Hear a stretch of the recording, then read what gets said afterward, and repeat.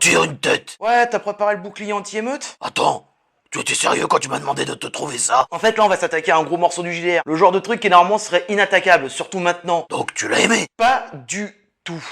En fait, c'est un peu plus compliqué que ça. Non mais sérieux, ça peut pas être plus simple avec toi?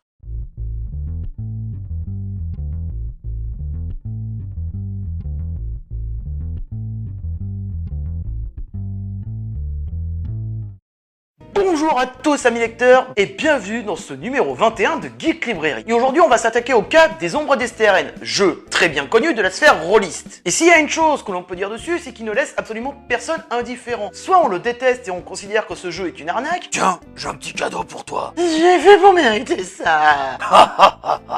Joyeux Yuletide. Soit on l'adore et on considère que c'est le meilleur jeu de tous les temps. Il est très rare d'avoir des avis qui sont partagés sur le sujet. Les Ombres d'Esteren ont eu une naissance officielle en 2006-2007 sur le site de Forge Songe. Ce n'était que pour le moment un kit de démo avec des parties de tests qui ont eu lieu sur diverses conventions comme au Festival international du jeu à Cannes et aussi chez Troll et Légendes chez nos amis belges. Bon, je vous le dis, il y a plein d'autres conventions mais la liste est vraiment longue. Et c'est finalement en 2010, oui, en 2010 que ce jeu sort dans toutes les bonnes crèmeries du genre. Dès la sortie du jeu en livre, il y a eu un énorme clivage qui s'est fait. Soit il était détesté, soit il était aimé, comme je l'ai dit. Tu vas te répéter. Pas faux. Pas sur l'univers plutôt. L'action se passe sur le continent isolé de Tricasel, avec ses décors qui nous feraient penser au nord de l'Europe. On y retrouve 3 royaumes, plus ou moins antagonistes, mais qui actuellement vivent dans une paix relative. Au sud se trouve Taolker, un royaume divisé en 9 duchés où des intrigues politiques se formentent en permanence. Sans oublier en plus les rébellions, le royaume est tiraillé entre les traditions claniques et la féodalité. Et on y retrouve encore beaucoup de bardes et de dermotènes, les druides quoi, qui ont une influence énorme. Au nord-ouest, Gwydr est un royaume qui tend vers la théocratie et la religion. Pour tous ceux qui ne sont pas originaires de Gwydr, c'est un royaume qui pourrait être d'une austérité frappante. Mais on dit que si vous gagnez la confiance d'un Gwydr, celui-ci se trouvera beaucoup plus chaleureux, voire fanatique pour certains. Et enfin Rez, non, pas le sort, le royaume technico-magical steampunk du jeu. La plupart des Résiens sont originaires d'un continent qui se trouve au-delà des montagnes escarpées où la technologie et la magie y a pris une part encore plus importante qu'ici. C'est aussi le royaume où une petite bourgeoisie a réussi à percer et prend sa place à travers les décisions politiques du pays. Évidemment, ce que je ne vous ai pas encore dit, c'est que c'est un univers qui est très teinté de Dark Fantasy. Et comme tout univers de Dark Fantasy, il y a quelque chose qui cloche là-dessous. Et pendant que le continent de Tricasel se livre à des petites querelles intestines, une menace sourde veille au fond. Les Féondas. Ainsi féon, les petits féondas. Je crois que j'ai te renvoyé à Elrier plutôt que prévu. Ok, j'arrête. Bon, évidemment, personne ne sait à quoi ressemble exactement un Féondas. C'est un peu comme les cryptides. C'est à peu près toutes les formes que l'on veut, mais à la fin, tu finis par en crever. Super pratique, dis-moi. Tu as d'autres blagues dans le genre? Le mystère, l'invisible, le stress...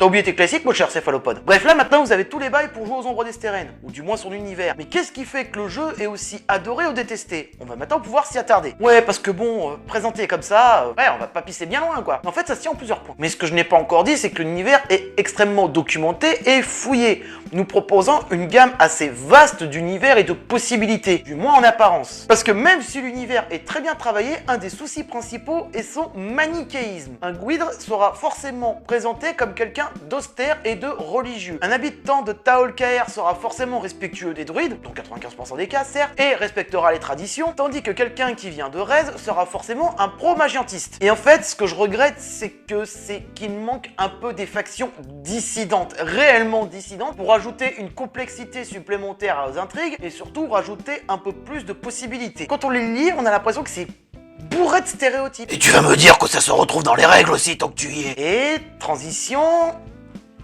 Zone règle. Bon, sérieux, joue la courte, hein. Bon, en fait, quand je parle de stéréotypes, c'est encore plus fort que ça avec les règles. Vous allez voir, c'est magnifique. Il y a 5 caractéristiques qu'on doit attribuer des chiffres de 1 à 5. Un peu comme ceci. Et chaque caractéristique est liée à un point fort et à un défaut. Donc, quelqu'un qui a un score de 5 en force sera présenté comme quelqu'un de très impulsif. C'est un peu comme si Schwarzy était aussi violent qu'un boxeur comme Mike Tyson. Ouais, un peu limite ta comparaison, mais je vois où tu veux en venir. Je pense que c'est là le plus Gros point noir du jeu, associer forcément une caractéristique à un archétype. Non, bah heureusement qu'on n'est pas obligé de l'appliquer dans nos parties, parce que vous imaginez un peu. Parce que lis ça dans le livre de règles. C'est comme dire d'un bûcheron d'un rugbyman qu'il est forcément ultra violent. Pour moi, c'est un peu tous ces qui ont un petit peu contrebalancé tout cet univers extrêmement riche et fouillé qui nous a été présenté. Et je ne vous parle même pas des illustrations qui, franchement, sont d'excellentes factures. Non, franchement, je déconne pas. On s'y croirait presque, hein. Ça vous donnerait pas envie d'y aller. Pour un peu, j'y passerais même presque mes vacances. Bon, il va falloir maintenant parler vraiment des détracteurs du jeu, de ceux qui conspuent dessus. Qu'est-ce qui fait que ce jeu est vraiment aussi détesté? Parce que là, je vous ai présenté des points négatifs, mais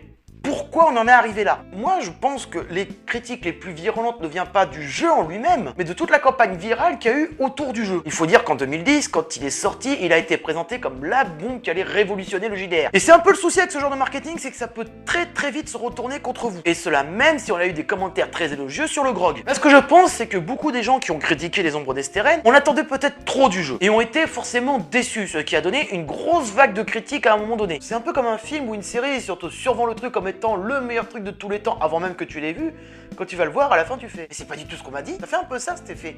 Et c'est à peu près ce qu'a vécu les Ombres d'Esteren, en termes de merchandising. J'ai vécu un peu trop ce battage médiatique autour du jeu, ce qui a fait qu'à un moment donné, j'en suis devenu complètement réfractaire. Je me suis retrouvé dans ce cas où, finalement, je me suis dit « Ouais, ben...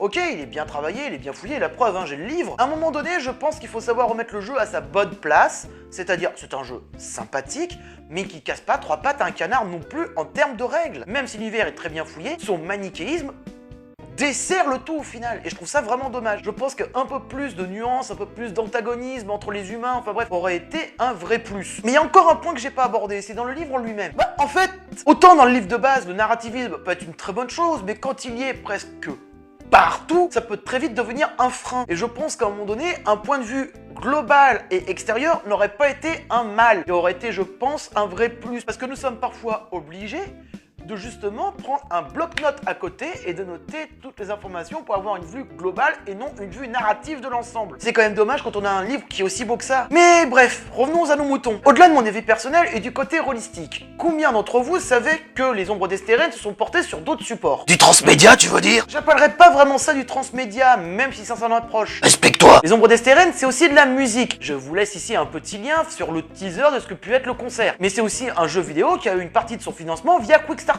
Je crois que je commence à voir où tu veux en venir. Pour un jeu de rôle, c'est quand même très bien d'avoir pu toucher autant de médias, d'avoir fait autant de choses. C'est un peu tout ça que je pointe du doigt sur les Ombres d'Esteren, et c'est vraiment très difficile d'avoir un clivage, on va dire, presque indifférent. J'ai mon avis sur les Ombres d'Esteren, j'étais un petit peu déçu. Bon, j'ai quand même gardé le livre, parce qu'il est beau et qu'il est bien présenté. Mais c'est un peu ça aussi, le côté hater, avec aussi Internet, avec ces gens derrière leurs écrans. On a beau ne pas avoir accroché à un univers qui peut être extrêmement riche et travaillé. Moi je dis que c'est l'espérance qu'on a eue de ce jeu qui avait peut-être été trop haute pour certains d'entre nous. Pour moi, un bon jeu de rôle, c'est un jeu où on n'a pas besoin de retravailler les règles en profondeur et de devoir y ajouter des factions ou de devoir extraire une partie des informations du livre de base pour pouvoir prendre un bloc-notes à côté. Et puis il faut aussi ajouter la communication, ce qui a ajouté une énorme vague de haters à un moment donné. Bon, ça s'est vraiment calmé et on commence à voir des avis par-ci par-là, autres que les miens, qui sont beaucoup plus nuancés et beaucoup plus constructifs à ce propos. Et puis entre-temps, c'est aussi grâce à des jeux comme les Lames du Cardinal qui sont arrivés. Ou DnD5.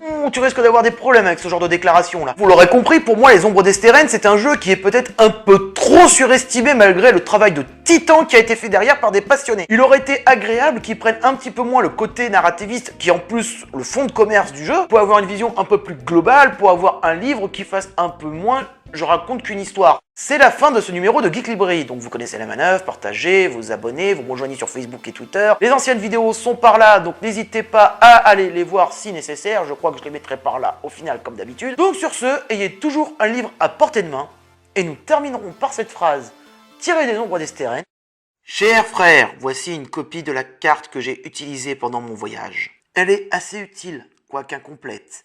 J'y ai rajouté plusieurs annotations grâce à de nombreuses discussions à la capitale et sur la route. À propos d'endroits que je n'ai pu voir de mes propres yeux, ou dont je n'ai pas parlé de manière plus détaillée, hélas, je n'ai pas trouvé de carte plus précise des duchés de l'Ouest et du Sud qui t'intéressent tant. Prends soin de toi, ma sœur. Amis lecteurs, portez-vous bien. Et surtout, partagez cette vidéo. C'est le plus important. Bon, le bouclier anti-émeute est paré. Rajoute-en un deuxième parce que je prépare un autre numéro comme ça. Sur l'appel de Cthulhu.